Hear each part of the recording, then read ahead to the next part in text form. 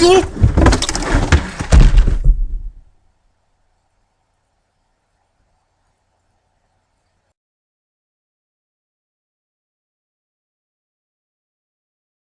it going, guys? Big Boy Reviews here. We are going to be reviewing the highly anticipated Paranormal Activity 4. Now, I know I am mega late with this review. I have seen every other Paranormal Activity movie the day it came out in theaters. This one just didn't have the time to do that. But I saw it now. What was it? 5 days after its release. And I was pleasantly surprised, and I did enjoy the movie. I really did. A lot of people are giving this movie so much crap. So much crap. I think it's got a 20% on Rotten Tomatoes. Terrible, terrible ratings. The majority of people do not like the film. I am part of that minority that really, really enjoyed the film. I am a huge fan of all the Paranormal Activity movies. I've loved every single one to death. I love the concept. I love the story of all these different families and how they're all intertwined in some way. I also love how the films are not in order. Basically, the first film is the most recent film in a date setting, and I think that's cool. Like, they ascend backwards. So I thought that was really cool, first of all. And another thing that this series does is they really put you in with these families that are experiencing this paranormal activity, and they rock at it. You feel so involved, at least I did. So with this movie, we have a new family, and our protagonist is a teenage girl, 15 years old, named Alex. And the other protagonist is her man friend. They're not boyfriend and girlfriend. They're on their way to being boyfriend and girlfriend, I think. His name is Ben. He's definitely the star of this movie. He's the best part about this movie. He's awesome. He's funny. I want to be friends with this kid. Hilarious. Hilarious kid. He had me laughing hysterically many times throughout the film. So it is a pretty funny movie. Then you have the parents, which are kind of in the background for the most part. I did like Doug, the father. He was pretty cool. And the mom, I don't even know her name. I didn't even pay attention to her because I didn't really care about her. And then you have the little adopted brother named Wyatt. He is...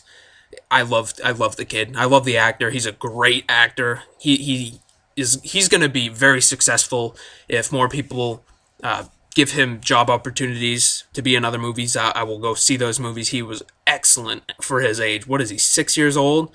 5 or 6. He was great. I loved his character too. Wyatt was awesome. So basically, Alex, this girl, and Ben, her man friend, are kind of walking around, and they go to the treehouse in the backyard, and they find a little boy in it, and he's just kind of chilling, doing whatever, just standing in the corner like a total creeper. He's Wyatt's age, around 5 or 6, like I said, and he's blonde haired, and he's a very creepy child. You find out his name is Robbie, and as the movie progresses, like 5 minutes, something happens to his mom, which we are very shady of. We have no idea who his mother is, and he lives across the street, and now Alex's parents are allowing him to stay at their house for a couple days, which turns out to be a couple weeks, actually.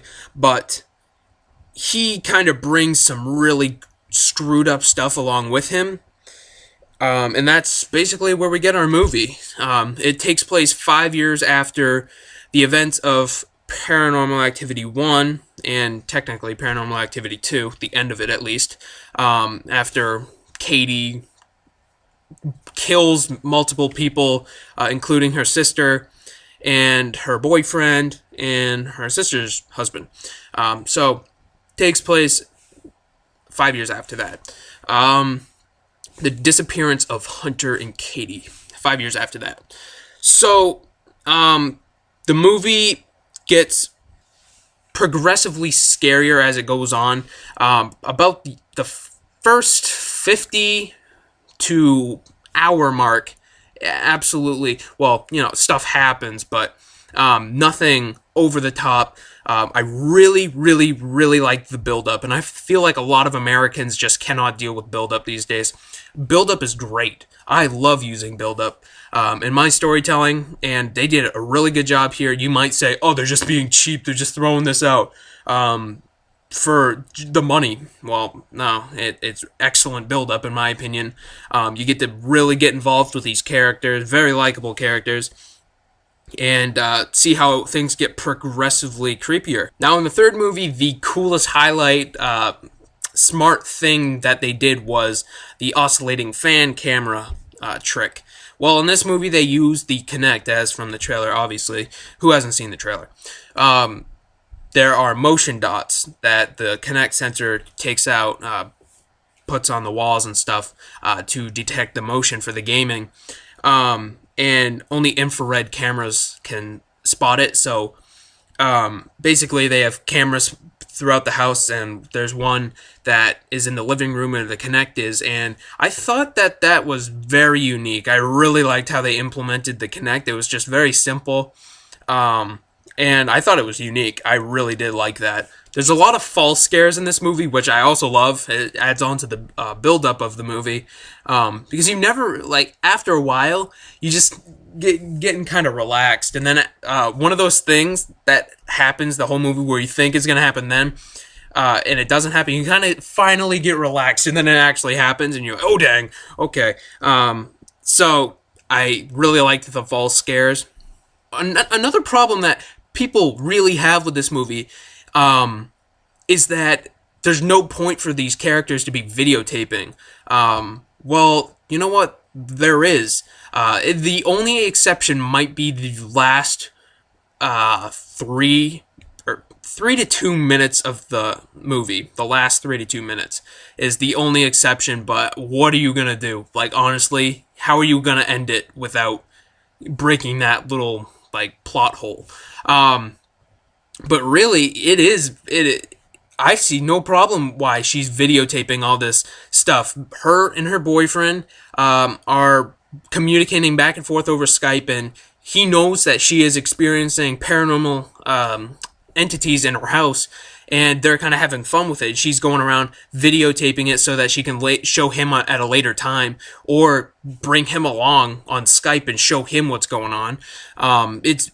It's highly logical. I don't understand why people have a problem with that. It was excellent.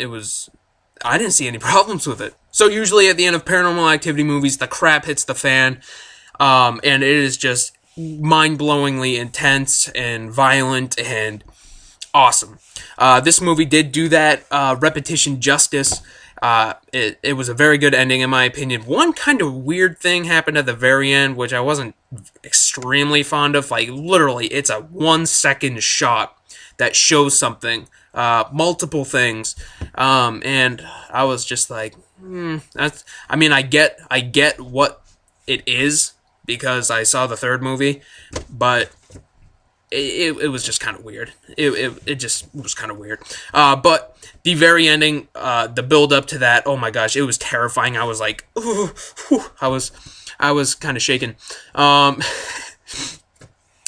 after seeing the movie, I'm 18 years old now, and I'm not as scared as I used to be as a child when I saw the first movie in 2007, where I didn't sleep for a week or two. I'm older now, so I don't get as scared, but I will tell you, I was driving home after I saw the movie, going down the road, and it was just really quiet. It's scenic routes. I live in Maine. It's nothing special, no big cities or anything. It was just really quiet. I didn't have my radio on. I was just like, and then I realized how quiet it was, and I was like, I looked at my back seat, and I was like, holy crap, this is kind of nerve-wracking. But I walked into my house, and I'm videotaping here, and I'm fine. Just kidding. All right, so overall, I thought this movie was great. I thought it did the series a lot of justice. If I had to place this, which movies I like the most, I'd probably put this one in second place. and I would probably put in first place the third one. And first place, I mean, third place would be the first one, and then the one that I liked the least was the second one. I like them all, but that is the order. So I did like the movie. I highly recommend you go see it if you haven't.